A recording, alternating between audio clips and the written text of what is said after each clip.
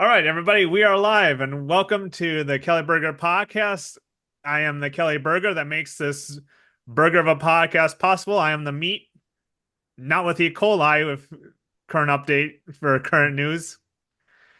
And today we are on episode 23. And since I'm so generous, I'm just going to give it away for free. Today's guests are some of my biggest supporters in comedy, Tom Chillstrom and John Russell. Please don't call us a big supporter of you.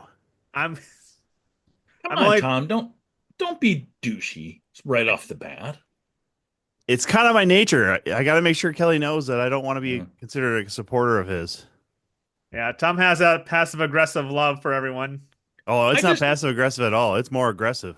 see. I don't understand you, Tom, because I think like the more you help people and the more you're kind to people, the better things go for you. I mean, that's just my experience as an old guy. Now, having said that, when I'm driving in the car, driving around town, do I hate people? Absolutely. Human beings are the worst. But one on one, you help what Yeah. you can. Yep, we organize our thoughts one on one to have our conversations more direct. Exactly. I hate Yep. this podcast already. Well, since with that introduction, I'll give an introduction. This is our guests today are Tom Chosom and John Russell. They are they run the Twitch wrestling show. What's it called? The 2 count. The Two Count Wrestling Twitch show. Where comedy meets wrestling. It's right. Yep, It's right there. It's nice. on It's John on Russell's my shirt. shirt too. I'm a shirt. Yeah, By the way, these shirts are awesome. If you want nice. one, you can get one. Yeah, how did the Two Count Twitch show get started? I'll take this one, Tom. Thank So, God. so gosh, I think it was before the pandemic, and my friend Dave Sharini, or Big Ace as he's known on the show, he and I worked in radio a long time ago down in Rochester, and I knew he was a wrestling fan, and he had been doing a wrestling podcast that was getting some traction with one of my other buddies, and they had a falling out, and he wasn't doing any wrestling podcasts, or he had somebody that did want to but wasn't serious, and so I asked him, and he said, "Sure, I'll be happy to do it." But I came up with this idea. It was originally called the Masked Comedian Xcast. Hmm. And the gimmick was that I wore a, do I have it here? I got Oh, it around somewhere. I don't have it handy. But I wore a luchador mask for the entire 2 hours. yep. And I've said this before. It was super uncomfortable. It was like putting 10 pounds of face in a 5 pound mask. I mean, my jaw hurt when we were done.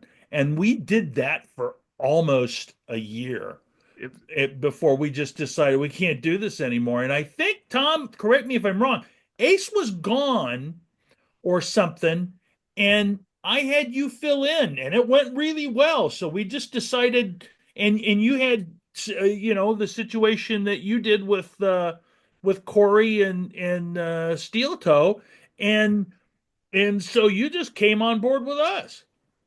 Yeah, literally, it was.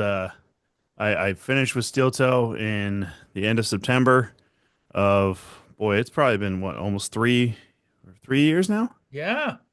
Yeah. So finished up with Steel Toe on for their Tuesday night show with Corey. We were done at the end of September, and then the next week literally rolled on.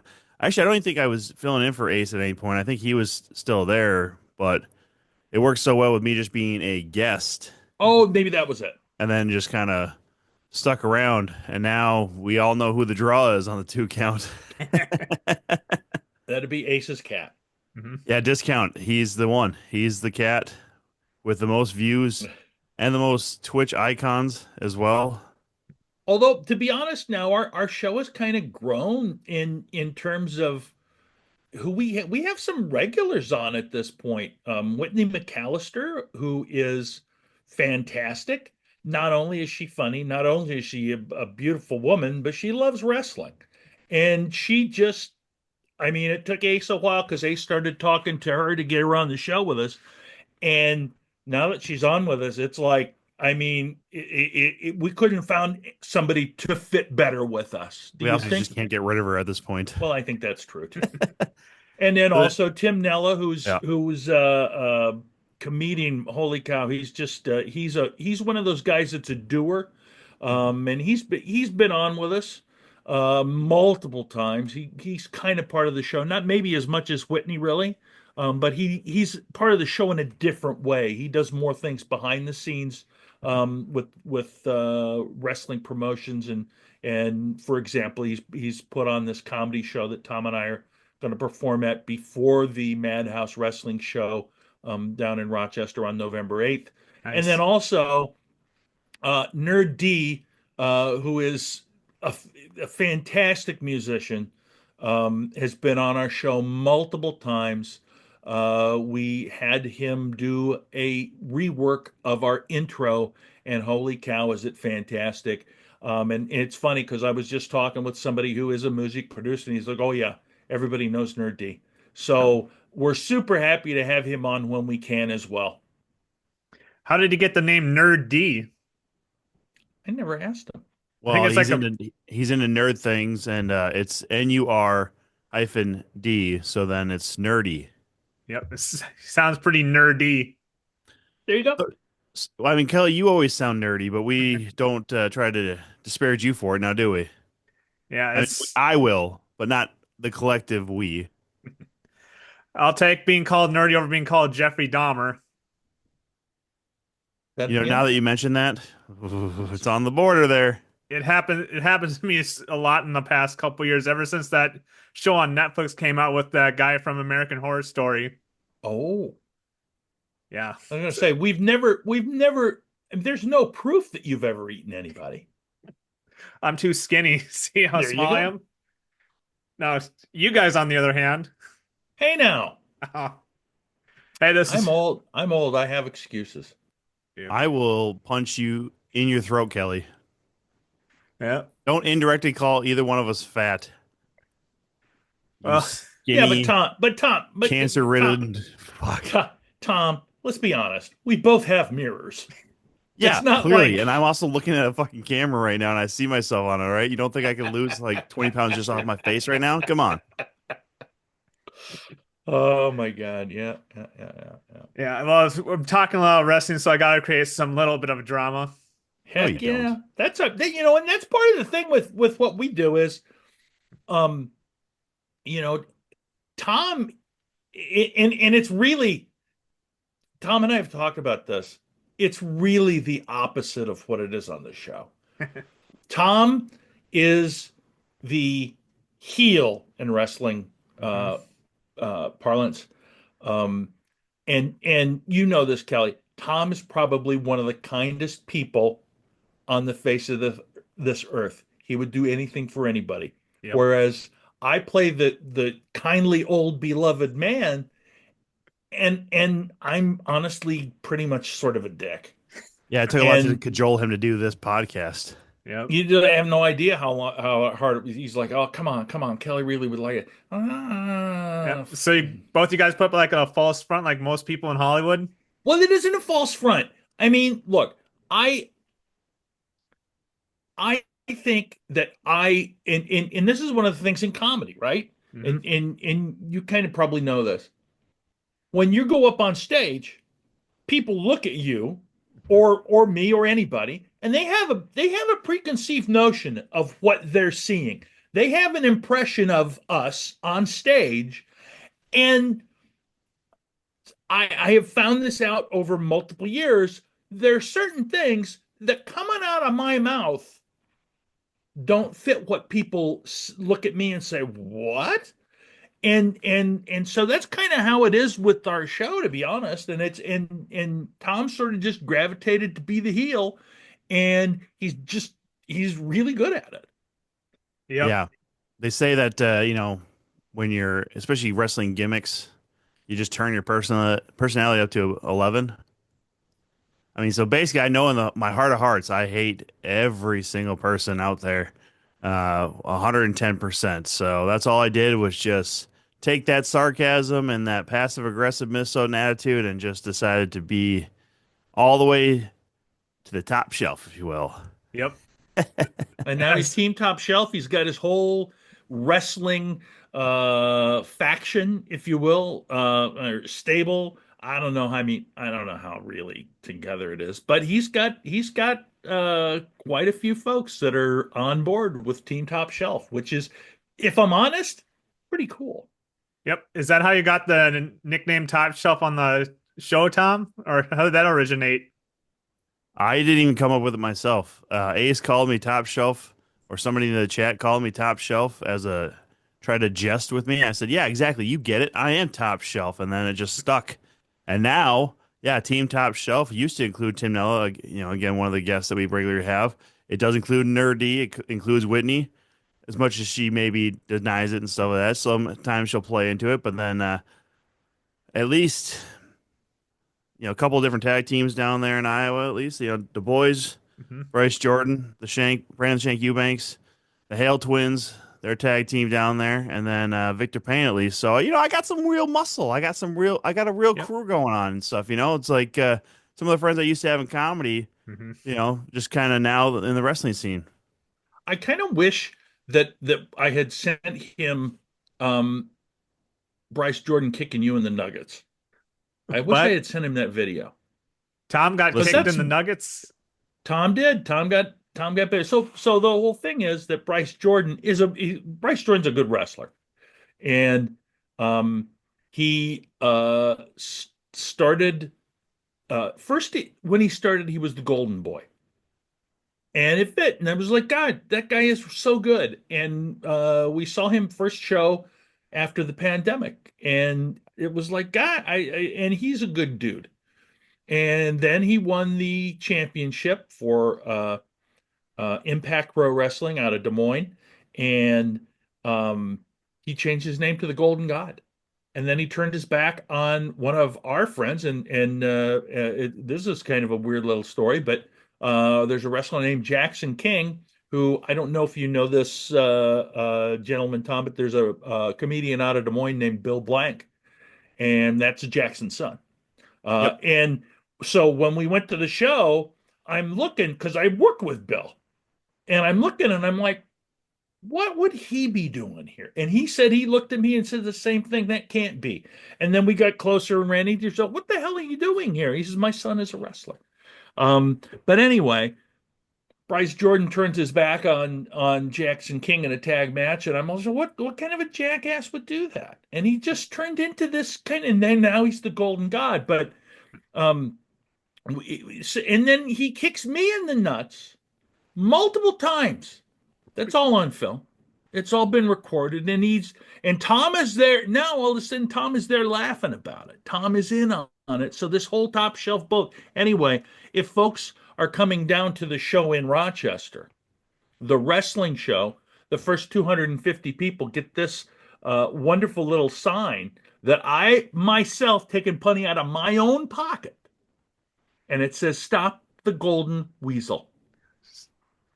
Because that's what I got a chant the last time down in Rochester. We get a chant going, Golden Weasel, because he doesn't like that. See, he's the Golden God, but we call him the Golden Weasel. He Yeah. disliked it so much. He was so mad at me. And then Tom's grabbing my arms, and Bryce is going to kick me in the nuts again. But I slither out of the way because I'm cat-like reflexes. No, Tom, it's that old man gorilla strength. I was gonna shut say up. some other word Shut with up. this, but And then yeah, I know what you're going to say, but you just shut up. And then Tom gets it in the nuts from Bryce. And then I get to give it to Bryce and then toss him back in there. He ended up losing the match. And I was so happy. I couldn't have been happier. And the fans loved it.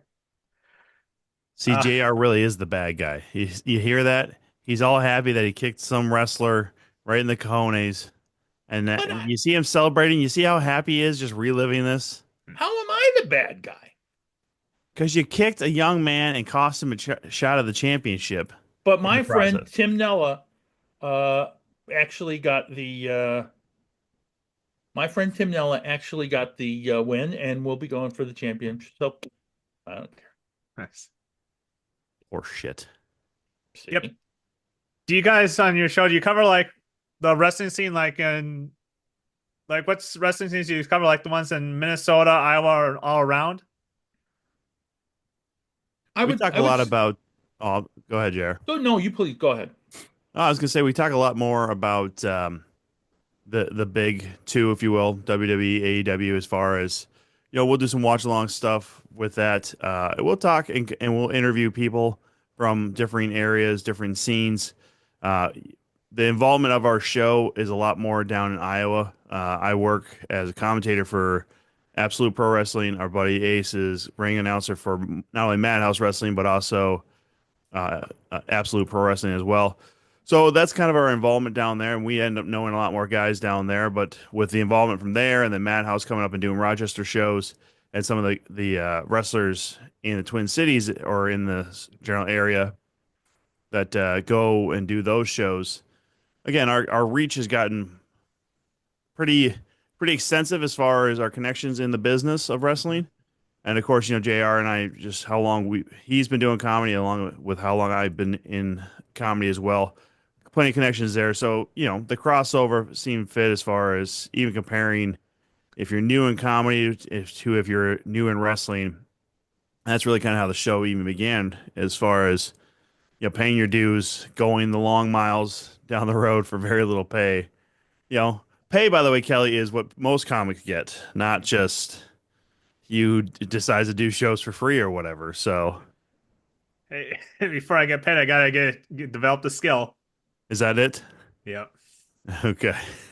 But that's the thing. Tom is absolutely correct. And what we find is when we talk to a lot of these up and coming wrestlers, and to be fair, we've had several wrestlers that have gone on to the national scene on our show. But when they're starting out and we start talking about yeah, you get $50 for, not getting your head knocked in Omaha or Sioux City or just and even smaller places than that. Algona, Oh Iowa. yeah, that's right. That's the Algon. home. That's the home. But the whole thing is that, as you well know, there's shows it's like, hey man, maybe we can get you some gas money. Hmm. And it's the same thing because these guys are doing it just the same reason that we do. We just love it. And in order to get to that spot, in order to move up, right, you do what you love because you love it, not necessarily for the money. I'm glad you guys brought that up because the next thing I was going to ask about, like over the years, like I noticed there's a good, huge bunch of summers between like comedy and wrestling, just like how it's like literature in motion. Yeah. I mean, literally from the standpoint of for those guys getting booked, and Tom, hop in anytime. For the guys that are wrestlers, it's a bit different in that most wrestling promotions will not let you go anywhere near the ring unless you've been trained by somebody that they know. Hmm. Okay? So there is that barrier to entry in wrestling. But having said that, when they do some of the maneuvers and moves, you're literally putting your life and your well-being in the hands of somebody else. So they want to make sure that that person is capable of doing whatever, right? Hmm. Whereas in with comedy, anybody can go up and give it a shot and nobody dies. But they're in after that, it's all the same. If you want to work for Booker A, like as a comedian, you gotta hump it. We're not, and none of us are like, oh, I have an agent. At this right at this level, no. Um, Folks that I know and folks that Tom know and folks that Kelly, have agents, Hmm. but they're at a different level than we are. But it's the same thing for wrestlers. They have to have a tape. They have to show it to the promoter. I mean, it's the same thing. And we see that, Tom. I mean, right? Where somebody has been trying to get in with a promotion, and they're just like, no. Well, yeah, exactly. And another thing that's very much similar is sometimes you just need the opportunity, right, to be seen. Comedy, we've seen so many times where you might kill it at open mics for weeks on end, and Mhm. no one's willing to take a shot at you because, well, the material is good, but you're performing in front of three drunks and two teenagers that snuck in here and are trying to bug the bartender for booze right now. Uh, so wrestling is very similar in that way too, where sometimes you just need somebody to take a chance at you. Mhm. But there is also dues that need to be paid. A lot of these guys who get booked in wrestling, when they first get started, they have to show up and be willing to help with the ring setup, Mhm. tear down the ring, help set up curtains or whatever have you. I mean, heck, with Absolute Pro Wrestling, we just had two cage matches or two nights, 2 Saturdays in a row, excuse me, of shows where we had cage matches. Well, so some of the guys who were booked on the first show, they weren't necessarily booked on the next show, but they still showed up and were willing to help put that cage up because knowing one, that's kind of how you're going to keep getting booked is Mhm. being resilient, doing the things you need to do, the little things. And people forget all this stuff too, especially Yep. with comedy. I think that sometimes when you get booked for a first time and like a first paid gig, all of a sudden, oh, I fucking made it. I'm here. Yeah, I've done it. It's like, I'm on no, my you haven't way done to. anything. Mhm. You are just here now. Congratulations for landing that $10 showcase spot, but you still need to work. You still need to keep showing up. And I think one thing that I've seen in comedy, this isn't, I'm not calling out anybody directly, just saying is generally that I've seen is that sometimes when people do finally get some paid gigs or Mhm. find somebody to bring them on the road, they Their come ego goes. back. Yeah, like they think that either their trajectory is much higher than it is, or they come back and their ego's inflated for no reason, and then their work goes down, or the idea that, oh, I've made it so I don't need to be here for the setup, or yeah, if they ask me to be at the show 30 minutes before the start time, now I'm going to show up 10 minutes because I don't want to hang around Mhm. the people who are just in the audience or whatever, especially if it's like a bar show. It's like, there's not any you're not anything special. The work still needs to be done. You still need to abide by these rules that have been put in place, whether it be by a booker or the bar itself or Mhm. establishment that's willing to have comedy. So you work hard, you should get a break. And I think sometimes those who do work hard is in wrestling on those small ends, they see the rewards. But some of the comics I know who are new and start getting a modicum of Mhm. success, they don't have the follow through. And I think Yeah. that's been part of like the difference of what I've seen with a lot of these wrestlers and then, like comedy counterparts of new people a year or two in just not willing to keep doing the grind, if you will. Well, they don't see like the difference between like, well, they sort of see like from the spectator's point of view, they sort of see comedy and wrestling as sort of like more as play, and then they don't see the work, and then Well, Oh, I there's mean, definitely that, yeah. there's a lot of different things though too that you know you have people who um and I won't name anybody, but Name names. Name it names. I've had people who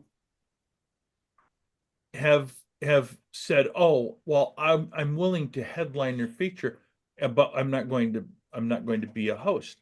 oh, And that's fine. And but like as you know, I help with stuff down at Goonies, hmm and that's how Mark wants it done. And I try to tell people, I'm like, hey, man, if you don't want to MC, that's perfectly fine. I realize it's not a thing. And if you can but realize that we're not going to say, gosh, you know what? We should probably have that guy feature here. Because if you don't want to come in and do a host said it hmm first. So, because there's so many of these people that don't see stuff, and then I get all. it, Then the other thing is too, I get a lot of times people don't realize who they're sending an email to, and this mhm. is not just me. This is not just Goonies. This is a lot of places, Yep. right? You're sending a blind email. You don't know who you're talking to. It's absolutely in any comedian's best interest to try to figure out who it is you're sending the email to. hmm Because if you happen to send an email where you're blowing smoke Oh, and telling me how X and Y and Z, and I know who you are, and I know that what you're saying is sort of true, but not really. you know? So for example, I had somebody was who sent an email to Goonies when we were doing an MC audition thing. And I literally, Kelly, I told people, here's how much the pay is. If you can't do it, I totally get it. Mm-hmm. We understand. We don't hold that against you. You don't want to do it if it doesn't work out. Nobody should do that, right?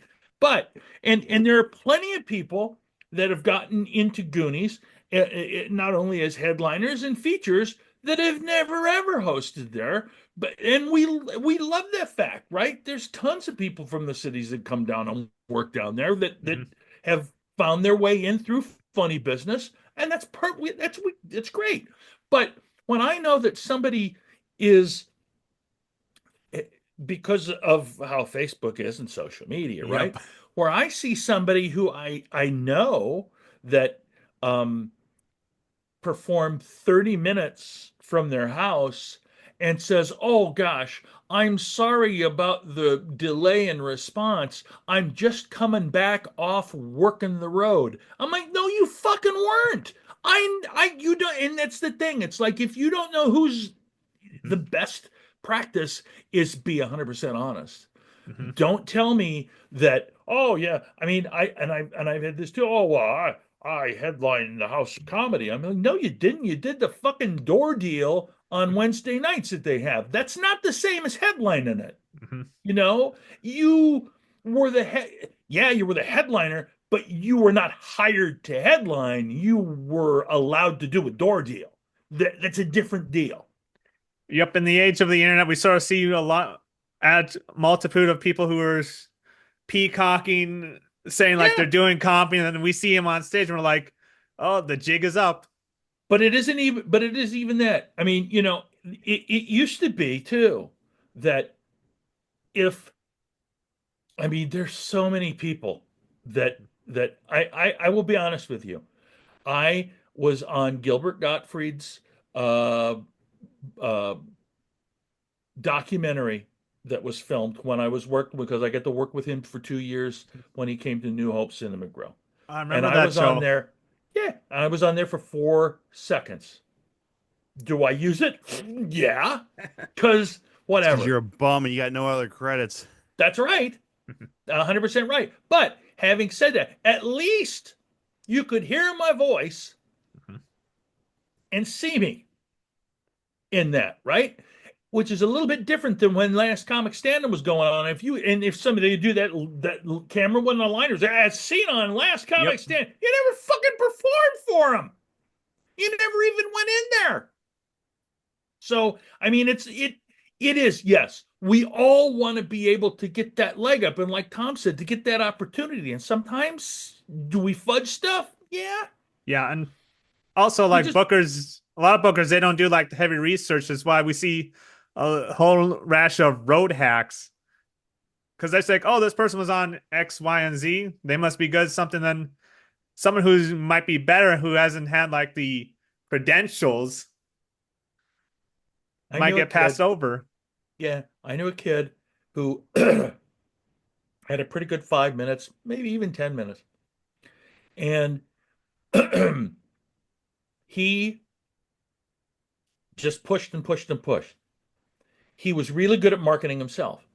He ended up down at a club, and I believe he made up the story. So I was riding my motorcycle, ran out of, I just, and I, oh my gosh, I'm pushing it. I pushed it, had to push my bike 3 miles, and lo and behold, here's this brand new comedy club, and I go in, and oh my gosh, I'm like, hey, is there any way I could do a guest set?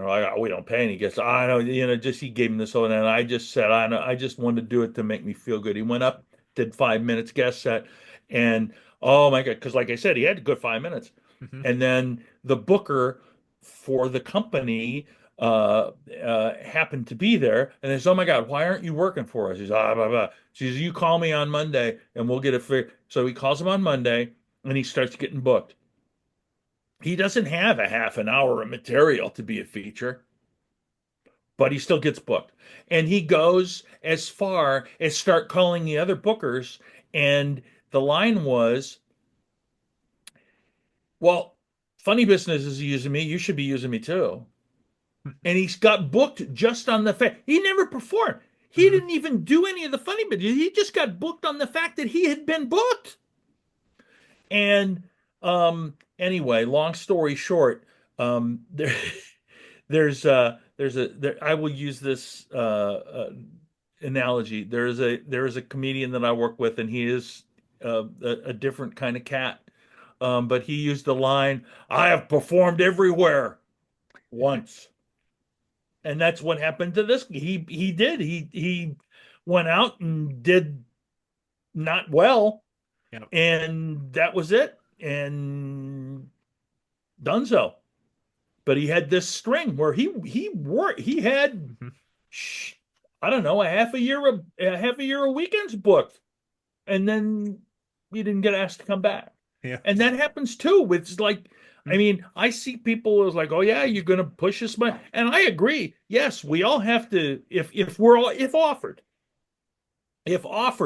definitely take something that you might not be ready for because you're going to find a way to do it. Yep. But but do not ask for more than you know you're capable of, because that's a different thing. If I say, Kelly, I want you to come and do 30 minutes, and you're like, yeah, I don't know if I got 30 minutes. Do you it was my choice. But if you come to me and say, hey, I'd love to do a 30-minute set for you, and you know in your heart that you don't have a solid 30 minutes, you've now sold me something as a booker that maybe you don't have. And so Yeah. now I don't trust you. You know I what I think it's mean? yep, it's better to promise saying Booker saying like, "Hey, I got 10 minutes when you have 15." Yeah, absolutely. And that was always when we were trying to train people, when I was trying to train people to become MCs down at Goonies when they were downtown Rochester. That was always my deal, was I want you to be able to kill 5 minutes. Hmm. And that's because they just mark down there just wants a short time. I just want you to kill 5 minutes, and Yeah. then we'll move on. We'll get more, you know. It's And but it isn't always the pace that people want to take, and that's fine because everybody has their own pace, their Mhm. own story, and their own way to get wherever they want to. I Yes. believe me, if I was a genius, I would not be talking to you right now. Yep. It's so weird to me that so many comics don't want to be MCs or hosts because that's like the more lucrative part of comedy where you can do multiple things, not just comedy clubs. You can also like host corporate events. You can also even be hell, you can even be a rodeo clown. Yeah, absolutely. And I am a rodeo clown. No, the funny part about it is, Tom, tell me if I'm wrong, um, that it's kind of amazing, and you probably heard this other places, but the most important job in a three-person comedy show is the Mhm. host. Yes. And yet comedy clubs and people try to always, it's always the person with the least amount of experience on the show that's responsible for it. Yeah, they throw Um, that they treat it like it's a throwaway part of the gig. yeah, but it really isn't, because it sets the pace for the entire show, you know. Well, Um, personally, and I always believe that since I've hosted so much in my comedy career, the idea is you're setting the table.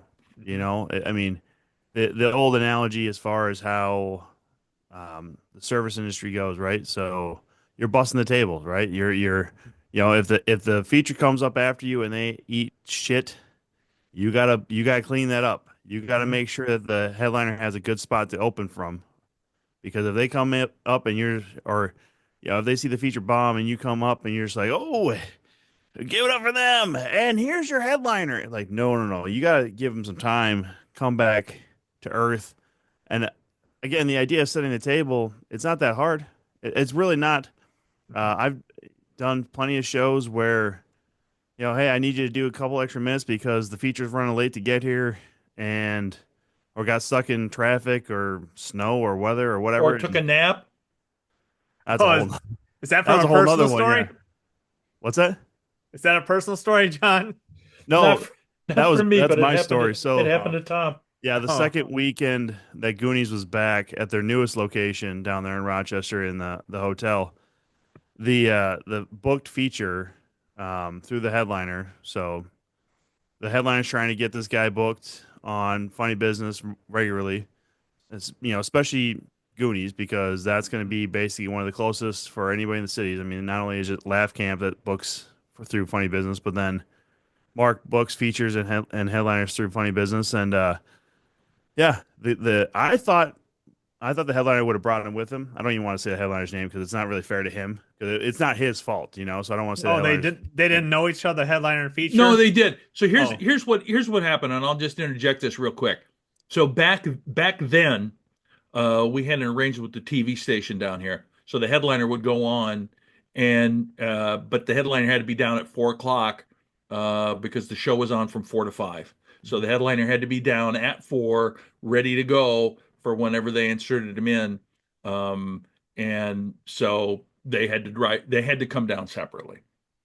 Well, they don't have to, but Well, in that instance, they would. I mean, they didn't have to, but yeah, you're right.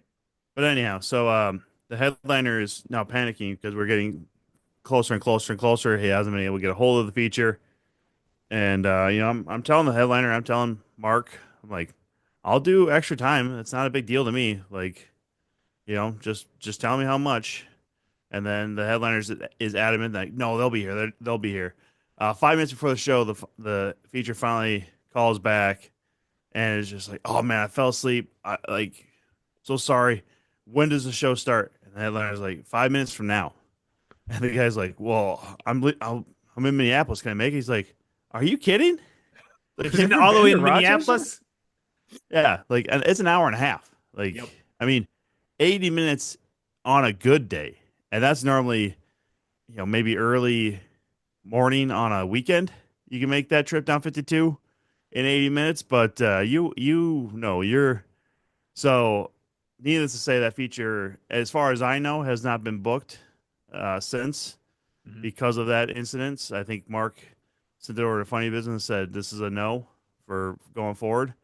And I'm sure there might be a way down the road if this comic really wants to make amends and goes down there for the open mic or whatever, and or talks to Mark or whatever or whomever. But because Mark's a pretty as far as comedy club owners, Mark is a very reasonable guy. There is some of them that'll fly off the handle, and I mean your name is mud to them as soon as you do anything remotely bad. I mean, Oh, and it's like Mark's a one of pretty those forgiving guy. situations. It's like one What's of those that? situations where the guy's an asshole in person, but he's does very well on stage. Yeah, I mean that's a whole nother one too. Is that personality wise, all right, I come off as a dick for sure here. Because I've known Kelly for so long that it's like trying to make fun of that cousin you only see once a year, but you're still gonna make fun of him even though it's only once a year. And JR is basically like a pseudo creepy uncle. Um, he just smiles like a old dirty bastard. Um, but the reality is, we all still need to get along, and personality wise, if you're an insufferable jackass in comedy, it will come back to bite you. Mhm. Whether that's your actions online through social media or whatever, or just the stories that come out about you. I mean, reality is, if you're a prick to somebody who's up and coming, and that person gets ahead of you, becomes better than you, gets booked more than you, you're gonna have a hell of a time after a while getting booked, because Mhm. if you're just a dick and that's your whole identity is just being a dick, whether you're a dick on stage, dick off stage, like good luck. I mean, that's just the kind of attitude you have, and there's some guys or some people, well, guys especially, I don't know a whole lot of female comics that are really that attitude or ego based, Mhm. if you will. But yeah, I mean, you live and die by how you want to interact with people, and especially in comedy. Wrestling Mhm. can be a whole different thing on that too. Like honestly, if you're a hell of a talent and you're kind of hard to work with, you got some leeway. But the reality is, you also have a bit of time before that gets to wear thin in the wrestling as well. Yep, But that's comedy wrestling has those personas where someone's known gets over dramatically known as this, and people like to yeah, project their biggest personality traits on stage. Like they like to magnify it both in the ring and on the comedy stage. absolutely. And what's Tom said, there's to take it just a step further. So there was a contest that was down in Dubuque, Iowa at one of the riverboat casinos. And man, there were a ton of really talented people there. There were also a ton of industry bookers and agents and stuff that were down there. And they had a roundtable discussion that was super interesting. And one of them said, it boils down to this. There's three things that and you must have one of these three. You must either be a draw, Mhm. you must either, either be fun to work with, or you must be supremely talented. If you don't have one of those three, and if you don't have the talent and you aren't the draw, if you're fun to work with and people like you, that can maybe carry you a little more. You will get more leeway if you're supremely talented, but as Tom said, if you're a dick and hard to work with, no, thank you. But being a draw trumps all, Mhm. and that's the Well, same with wrestling too. Yep, let that's me what interject gets that's the real main quick. thing what makes a lot of clubs and venues money is like bringing people in. Well, and just to kind of piggyback on what JR said there, him and I recently were up in Bismarck with Andy Fisher doing 1603 main event center on a Friday. And I love working with JR. Obviously, we wouldn't be doing the podcast together with Ace if we didn't get along. I mean, sometimes we seem like we don't get along, Yeah. and sometimes there is moments where we kind of want to go at each other a lot harder than we probably do. But JR and I have gotten along since we met. I think the first show we did, yeah, it was at St. Croix Casino, Danbury was the Oh, hell first actual yes. show that It was on JR and I election did. night. Who? Election night in 2016. I mean, my God, if Oh. you want to see a dead room, 2016 Trump versus Clinton for the election. We got T Wolves game also going on the same night. So we have Mhm. 7 people in the bar, which is now a sports book. They've gotten rid of comedy completely up there. But JR, this is how I knew he was a real one at that point. He tells me, because he's done Danbury before, you either got a voucher for the buffet or that voucher is worth $20. Go to their in-house restaurant or whatever, get 2 prime rib sandwiches, pay a little extra, like it's going to be a little bit more than $20, but it's worth it. And you bring them both home with you. You don't even eat them that night. That's like 4 days of meals because these were Oh thick yeah. cuts of Ooh. prime beef or prime rib, like these massive. And then you go home and you put your money in the bank or whatever. You eat that for the next couple of days, and I mean, so that's how I knew JR was real. But like the first time I did 1603, the only reason I even got booked for that show is because Wayne Burfine got hit up by Funny Business about, hey, who's a host that you can bring with you, Mm. like from the cities, because the headliner was coming in from Seattle, so there was no way they were gonna pay for that. And Wayne hits me up because him and I just started kind of talking about like some wrestling one day, so he knew that him and I could hang out for Yeah. the 6 hour drive or whatever. And dude, Wayne's also one of those guys too. Wayne Burfine, Orange Love, if you will. What Hmm. a guy! I mean, I swear to God, if there's a he can be insufferable if you get on his bad side, but I also think that's how a lot of us should be. We Yeah. really should be fucking mean to the people who are fucking dicks to us. There's Yep. especially in comedy that we keep around people who are fucking way too egotistical, way too shitty at people, just because we're like, well, they seem to get booked and they're funny, but it's also like, yeah, but Yeah. you can stop them from getting booked by just being funny yourself, motherfucker. Like And you're a good person, you're good, easy to work with, but like, also another thing in comedy is like you got to be careful like who you hang out with because comedians with like a bad sense of humor they can also sync up with other people with bad sense of humor like women on their menstrual cycle. Yeah.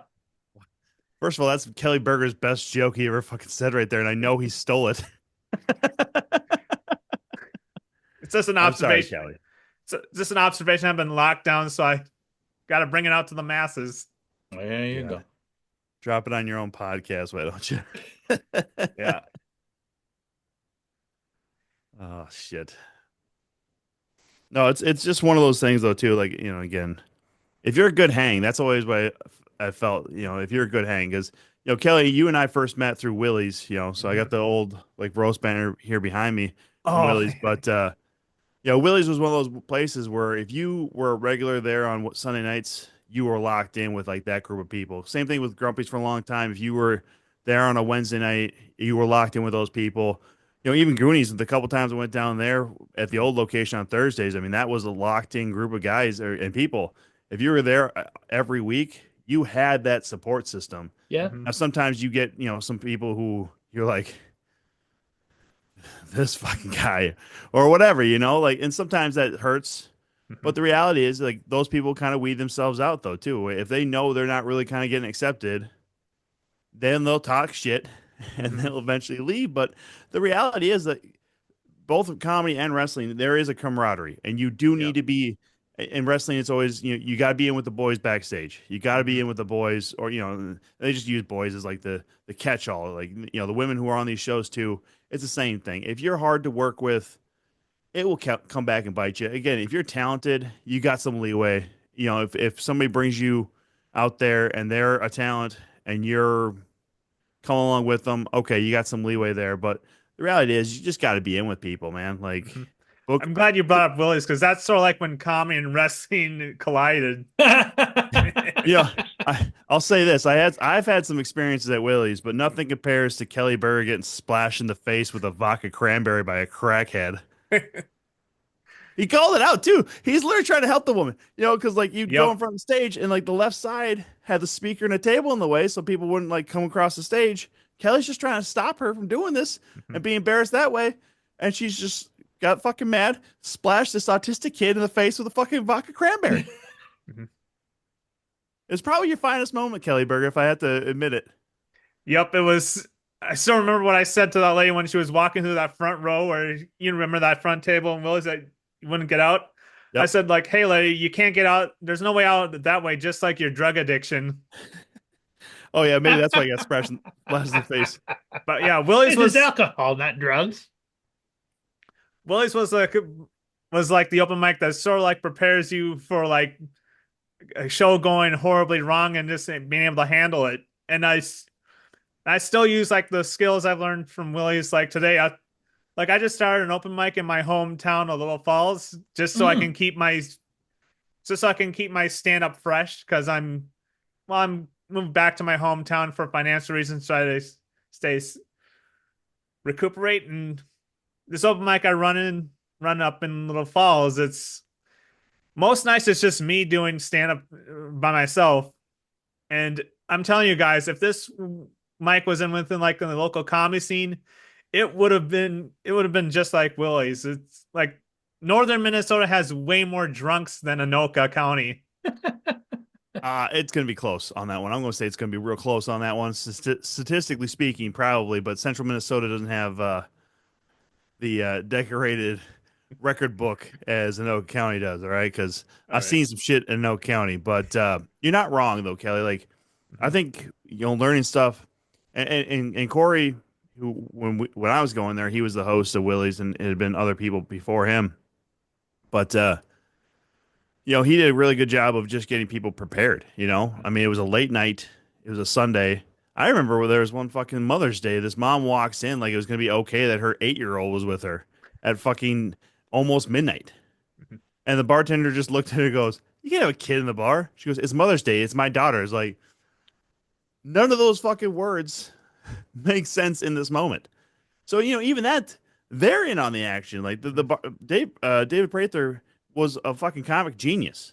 Just because he was there does not make him any less fucking funny because he's around other comics or like actual comics. But man, that environment, the things you can learn from a tough open mic, and for all the shit that we had talked to or people talking down to us about going there or being part of that mic for so many years because they were city comics. They were, hey, I don't go outside the loop, and anybody outside of the Twin Cities, the loop is basically 494, 694 loop. That's it goes around the cities, and a lot of people who grew up in the cities Mhm. started doing comedy in Minneapolis, St. Paul. They don't go.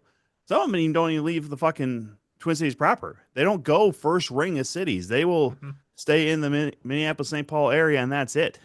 And they also stay at the mics where they say like, "Oh, this is where people, the audience, know how to behave as an audience." Yeah. So they don't That's know a how to. problem. Man. That's a problem though. I've seen people. Um, so one of the things that I did was when I lived down in Rochester, Mark Clampy, who's the owner of Goonies, let me bar back for a while, which was super helpful to me. I'm sorry, did I Um, hear that H in a while? a while. No, while, while. It's not while. While is what I have when I escape your kick. Mhm. While is once in a while. That's how you I'm say hearing it. an H in there, man. I'm just saying. Go ahead. There's I'm sorry. I didn't supposed to mean to be a interrupt. fucking H in there. It's like who? There's an H. It's Hey, not woo. hey, I'm sorry. Go ahead. I Woo. didn't mean to. Anyway, no, it's fine. But I've seen plenty of. I mean, I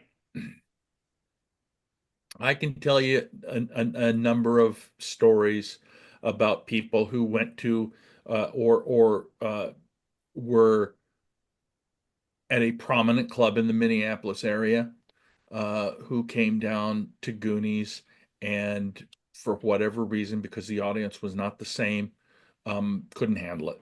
Mhm. Literally couldn't handle it. And this is multiple, you know, either turned on the crowd, uh, felt so bad about themselves that they got blasted and then couldn't do the second show, Ooh. or literally just left the stage way early, you know.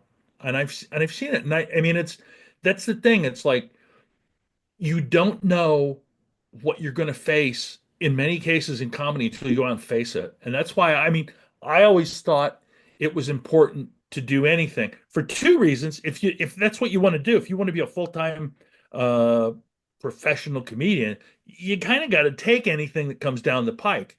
Mhm. Um, because it's like, hey, I mean, and I've talked to Tom about this. Is like, yeah, do you want to come to Milwaukee for $100 to do a feature Sure set? do. And you're like, yeah, okay. I mean, you end up netting out $40 because of the gas and whatnot, right? It's just, but that's what you end up doing, and I just have always done that. And there was a guy from Milwaukee that is still my friend, and Mhm. he'll ask me to do stuff, and I have to tell him no because I'm not gonna do it for that much money. I have said this on our wrestling podcast. I'm not gonna leave the house for less than $200, which is honestly, it's the truth at this point. And Mhm. I'm not saying it to be a dick. It's just like that's what my time is worth, Mhm. to me. Hmm. But um, this guy in Milwaukee, he used to have a little bar that was just tiny, and I went and did it with him for $20 when I was starting out, about an hour east of La Crosse. And then he would ask me, um, do you have somebody else you want to send down? It's gas money. It was never like, and I'd say sure. And I would send people who would tell me they really want to do this, and I would say, how'd you like to go and do this for my friend? And I would send them for two reasons. Number one, I wanted to see if they could be honest with me about how it was after, they did it. Mhm. Because I knew that even if it was good, it sucked. Yep. Okay. But then the other part was I wanted them to go down and realize that, hey, man, you're going to be taking some $20 gigs or $50 gigs, and you're going to blow all of that but you got to do it because you want to do it. You can't do it because you think, oh my God, I'm going to get paid so much money. I mean, I've been really lucky in some cases, but in most cases, it's like, shit, you're not making a huge amount of money, Mhm. you know. But anyway, and I sent two guys from La Crosse because they were there, and they're both good dudes, and they both said, yeah, that was fucking miserable. Mhm. And then I sent two people who also were from Rochester. One was absolutely delusional and told me how great it was. And I'm like, you're lying to me. He's got a There's strong no case. way. Yeah, there's no way it can be great. The whole fucking bar holds 23 people. Mhm. And when I did it, the 16 people that were there are like, why the fuck are you talking at my bar? Sounds like he has a strong case of laugh ears. Yeah, it's just yeah, yeah. Well, I think a lot of it is too that people. I feel like a lot of times people want to tell you, like if you did something and they view it as a favor, they want to tell you what they think you want to hear. Mhm. I just always just want to hear honesty. Yep. It's like if I do something and it sucks, I know it sucks. I am happy, and it's like in this May, I don't know if this happens for you guys, but a lot of people say, "Oh my God, you were so good, you were so." I'm like, no, I am never that good. I can always find a number of things that bother me about what I just did. Mhm. And that for me, I can never be like, God, I really killed it. Because I can always find something wrong. Yep. I want to bring like the conversation back to Willie's because one thing I forgot to do it like in a podcast before, and I think one of the things we gotta mention about Willie's like the person who like really made Willie's what it was Corey Adam. Mhm. Like watching him do crowd work and work in a room and watching him like help so many comedians where he earned the nickname Drunk Yoda.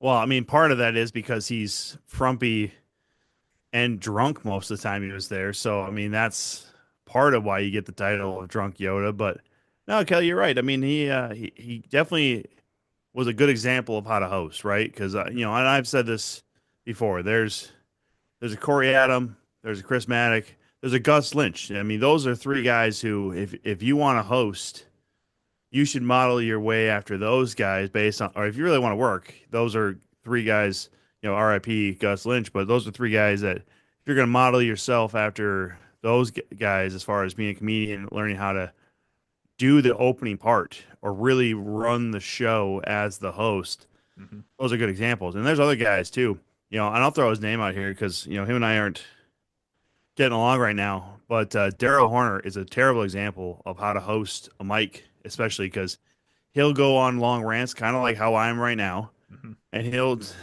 weave and then he'll give you some exaggerated intro. It's an open mic, dude. You don't Yep. need to give me a 5 minute intro for an open mic. Just like let's get it going. He's done that several times too on just shows that him and I had been on before too. If he was the host and I was booked as another act on those shows, and Yep. I've been to Willie's both when Dale ran and Corey, and the difference was like night and day.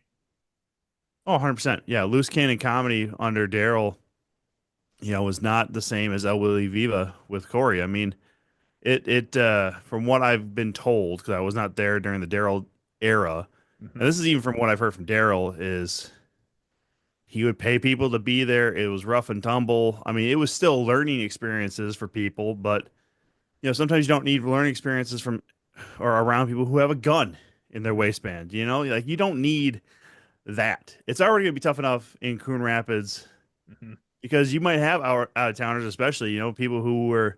Corey was pretty good about getting headliners who would just come through and did joke joint at the time. So they'd have a Saturday or a Sunday show at the time, Mhm.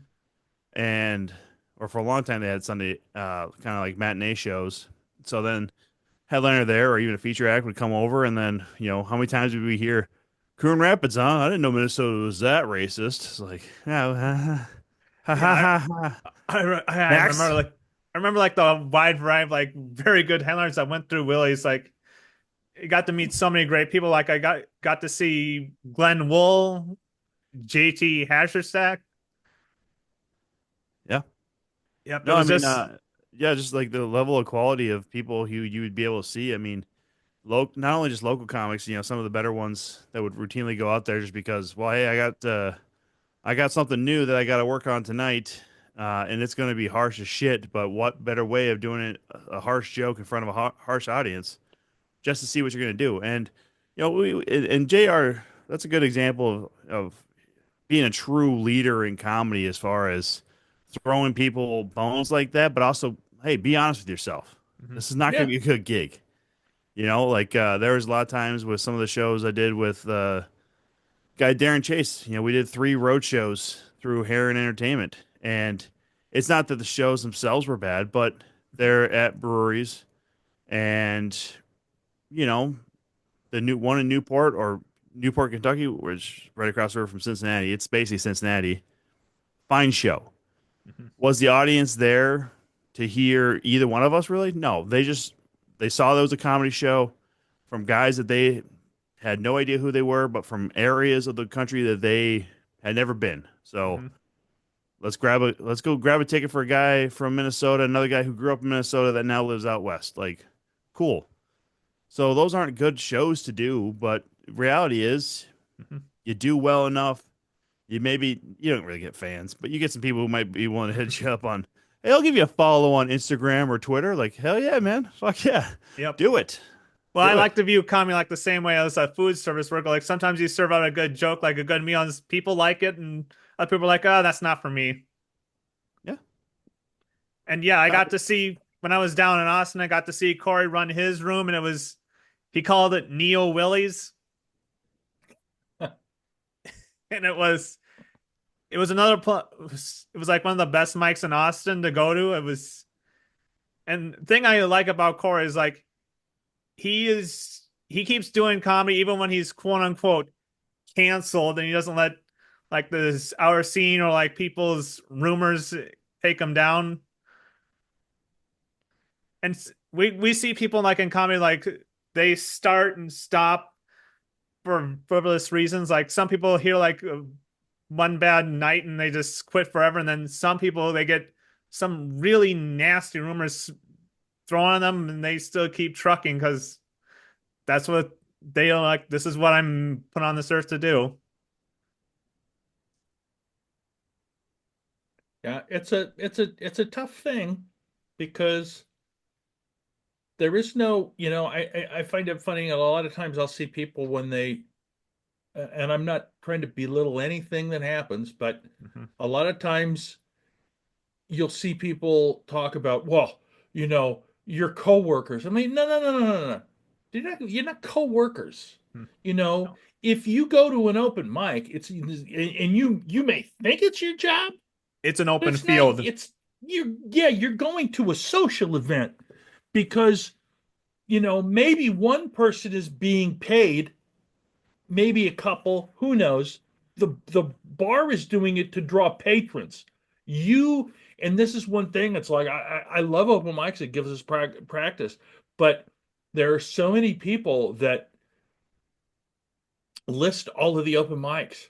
Oh, this is where I'm going to be performing this. I'm like, you're going to an open mic. Mhm. I mean, I know that because when I was running the open mic down in Rochester, yes, you want to make it a big deal. You want people to come to it, Mhm. but as a performer, when you're trying to look at me, I'm performing all over the place.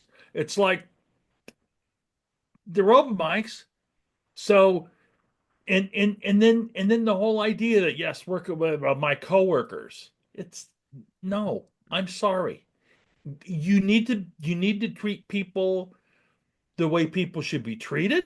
Mhm. But the idea that you're coworkers with somebody is absolutely delusional.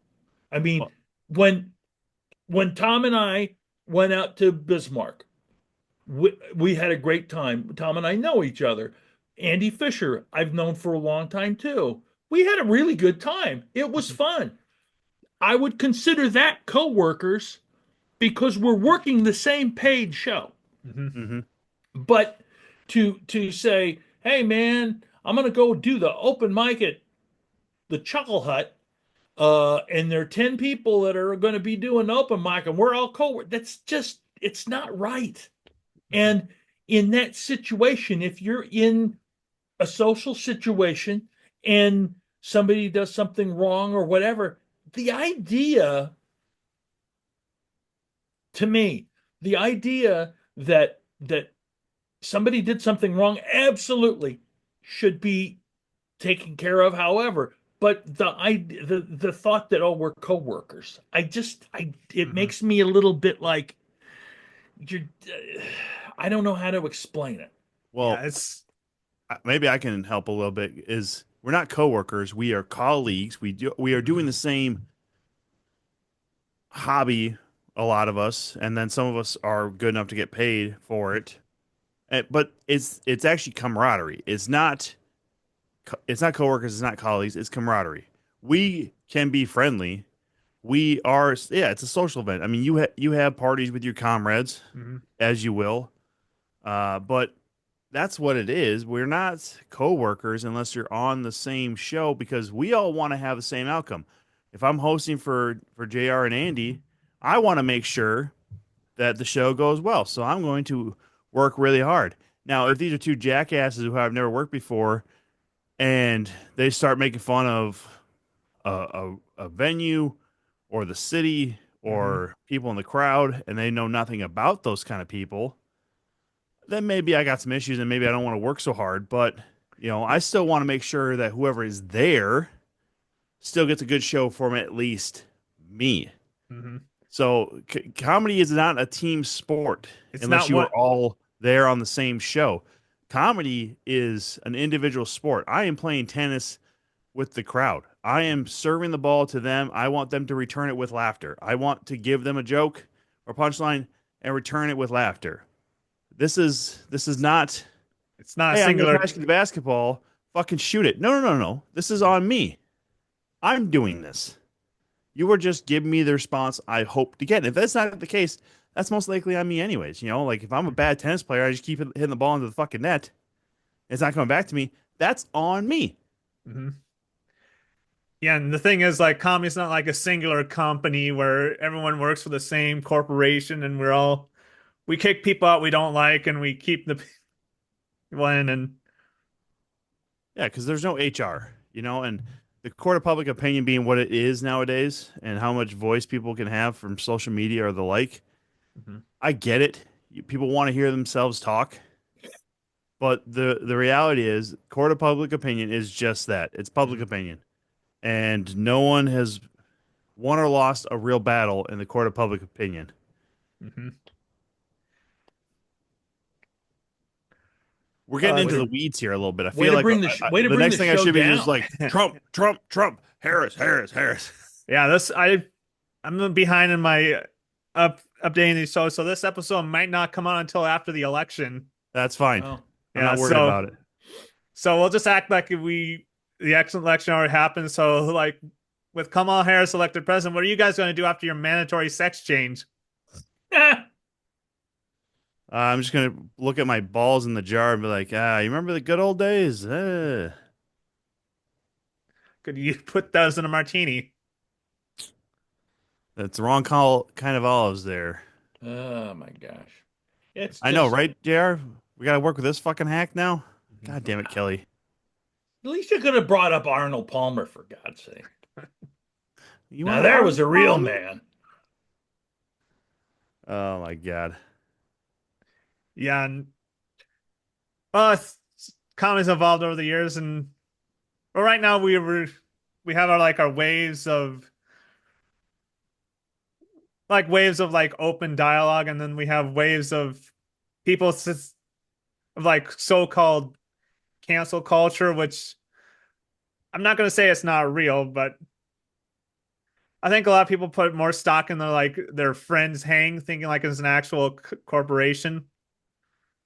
Like we've seen comedy dynasties rise and fall. Well, yeah, I mean it's all popularity. Mhm. And the funny part about it is that I don't know the cancel culture, the cancellation. In some cases, is it merited? Yeah. In some cases, should it go as far as it does? I don't know. I want personally, I just want everybody to be happy, to be able to do what they want to do. And I have always thought, you know what? As long as you don't hurt me, anybody else, whatever you do, I just sort of don't care. And that's always kind of been my philosophy.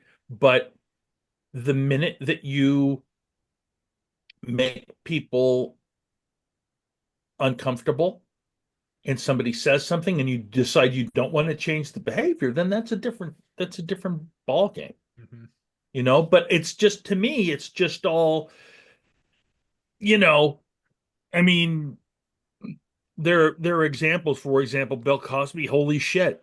Hmm. When I was a kid, Kelly, because I'm old. When I was a kid, oh my God, Bill Cosby was the Hmm. single funniest guy of my childhood. I mean, he just was. And all the stuff that comes out, and it's hard because Hmm. it is the stuff that he was doing to people vile. Fuck yes. Hmm. Does that change the fact that when I was a young kid, that stuff was the funniest stuff that was out there? It doesn't change that. It changes my perception of him, but it doesn't change. And so that's why it's hard, I think, sometimes, because you can't. I think the cancel part of just trying to, oh, we're going to erase them from the face of the earth. I don't know that that's necessarily right, because in a lot of cases, right, you don't learn from that kind of stuff if it just goes away. Yeah, it's So sort of I like don't. it's like repression. Like, listen, we're humans are like complex creatures. We have like different like levels of experience, and people have like levels of good and bad, and some people are like really good at performing, and usually people who put like a very like positive front have like a hidden dark side. And one of the lessons I've learned is like people's like big actions are usually fake. Like when somebody, like for example, like when like a Hollywood actor this gets on stage and says like I'm a big supporter of women, and then you find out like one of his buddies is like an abuser. Oh yeah, yeah. Yeah, It's but that person still is a supporter of women. But I'm sorry that my buddy is an asshole, but he's still a good friend of mine, you know, like that's what it's hard because like Kelly said, human interaction and human relationships are they've become harder and harder as we progress in the world. A lot of when I was young, a lot of stuff was never talked about. It just wasn't. And so AIDS. we didn't have AIDS until I was in high school. Guess who Well, brought you it? always had AIDS. No, not true. Didn't have it till 1981. You didn't have it until 1981? No, but I tell you what, I don't want to catch that again. All right, Magic Johnson. Shoot up on the layup. But anyway, That was a bit much. Try to bring this thing to a screeching halt. things were going good for a minute, Tom. Yeah. Comedy, everybody. Hmm. Comedy. Love it. Yeah, it's everywhere now, God, it's too much sometimes. or at least it's perceived to be everywhere. Like we see so many people posting like their little clip on the internet, people saying like, "Oh, I'm making it," but when you see it in person, like there's like only like 10 to 5% of people who are actually good comedians. I'll Well, give you, look, here's the thing. I'll give you a really good example of all of that. Tim Harmston, we all know, he's awesome. Hmm. I got to work with Harmston in Manitowish Waters, Wisconsin. And he had just flown in. Um, and I picked him up in Northeast where he and Mary lived. And he had just, so a little backstory quick. So when I was running the open mic in Rochester, Tim says, "Hey, could I come down and get some time?" I says, "How many?" "Yeah, absolutely. How much do you want?" "7 minutes." I says, "Oh, you don't have to just 7 minutes. You can do whatever you." "No, 7 minutes." Didn't realize he was coming down to practice the 7 minutes that he was going to do on David Letterman. Ooh. Absolutely cool. Didn't tell anybody. And then 2 nights later, he was on Letterman and did the exact same thing. And I was like, it's so cool. So cool, right? So I pick him up. We're driving on the way, and I'm just talking to him, and I'm like, hey, boy, nobody's gonna believe I had a guy that was on David Letterman right here in my car. And he said, yeah, and I still only made $13,000 last year. Hmm. So it's the whole idea is a lot of it's smoke and mirrors, Hmm. you Mhm. know. Um, and as much as we all love to do it, that's the reason we do it is because we love it. Hmm. Well, Mhm. and a prime example too is even like some of the popularity behind this now is you get all these hits on Instagram or your short on YouTube is now blowing up because you did crowd work and it went really well, Hmm. you know? Do people know your name? Oh, you remember that guy on Probably not. You know, like Yeah. outside of a guy like Matt Rife or whatever, or Andrew Schultz when they do crowd work, there's not a whole lot of people who are getting known off of all those clips.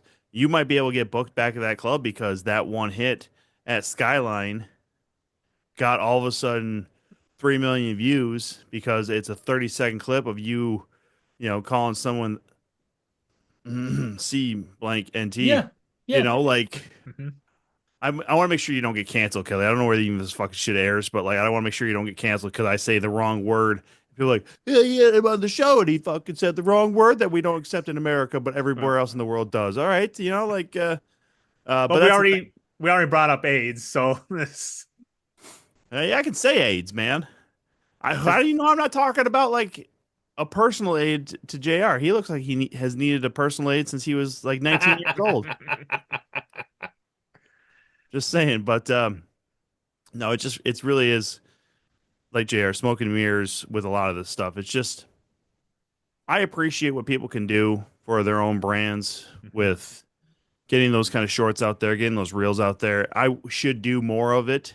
I literally should be recording every single one of these and then splicing it up and putting it out there. But I'm tired tonight, and all I did was work today. But it's the culmination of I worked at the bar Mhm. last Friday. I worked at the bar on Saturday.